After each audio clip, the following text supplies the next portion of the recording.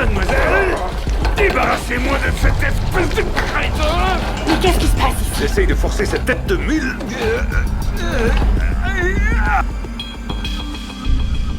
House remarque que les doigts de l'homme ont un problème. Il ordonne immédiatement à Foreman de faire une radiographie. 2 jours plus tôt, un homme de 270 kilos s'est évanoui chez lui. Les pompiers l'ont transporté d'urgence à l'hôpital. House soupçonne que l'évanouissement est dû à un problème respiratoire, mais Foreman pense que sa respiration est tout à fait normale. House envoie Cameron inspecter la maison de l'homme, mais tout à l'intérieur est propre et bien rangé. Pour trouver la cause, House estime qu'une IRM est nécessaire. La limite pour la machine, c'est 225 kilos max. Alors, faites un scanner. Là, c'est 175.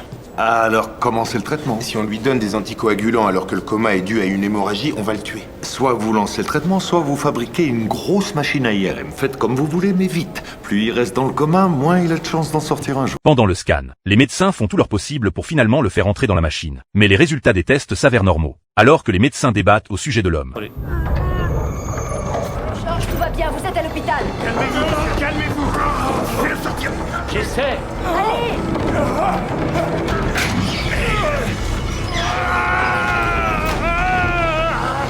Une fois réveillé, l'homme refuse de faire d'autres examens et exige de quitter l'hôpital immédiatement. House n'a pas d'autre choix que d'aller le voir en personne. Il essaie de trouver la véritable cause. Si je savais ce que j'avais, je vous le dirais. Je ne suis pas un imbécile et je ne suis pas malheureux.